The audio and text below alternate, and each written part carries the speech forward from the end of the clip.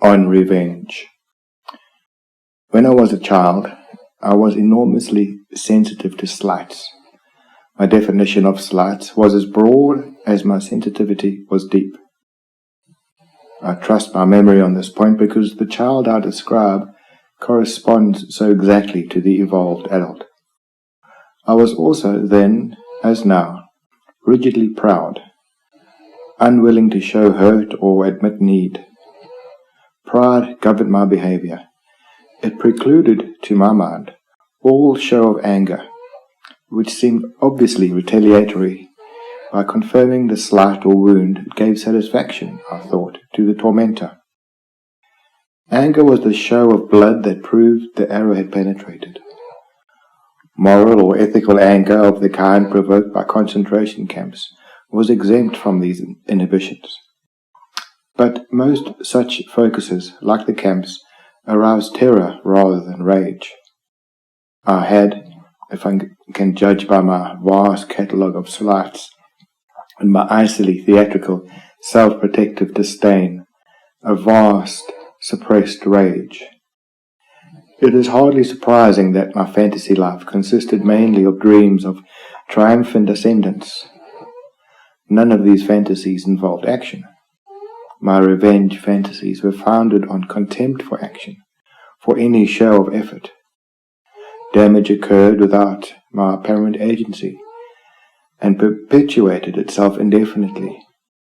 To need to wound or, as in the books I read, murder the enemy was to display the insufficiency of self, just as action proved the existence of hurt.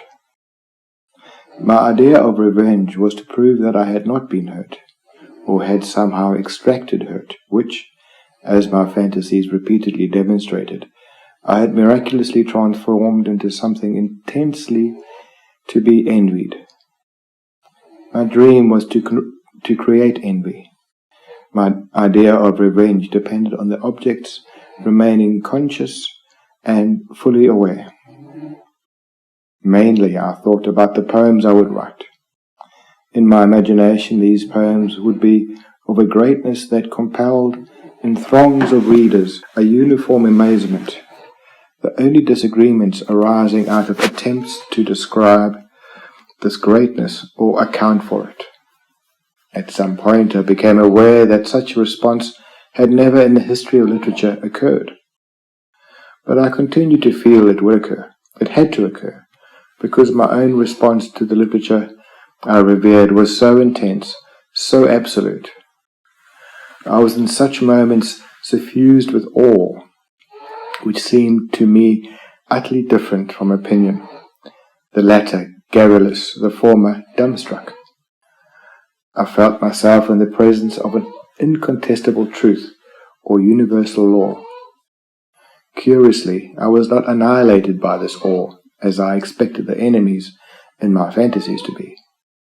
In them, awe would combine with feelings of horrified shame, an awareness of wrongs that could never be made right, a sense of their own lacks and misjudgments. My revenge fantasies equipped my adversaries with sophisticated and discerning literary taste.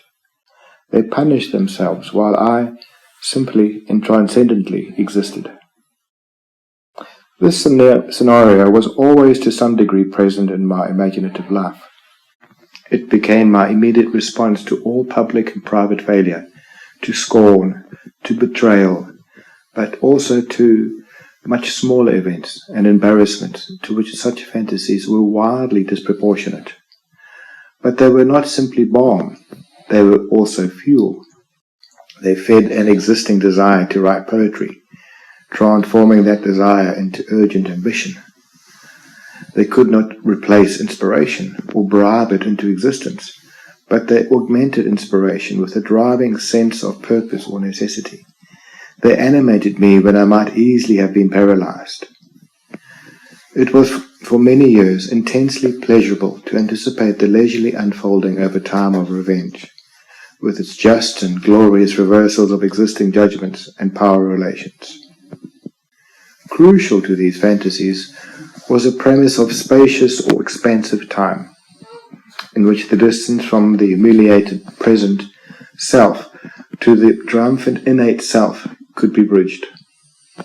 The language of revenge depends wholly on the future tense.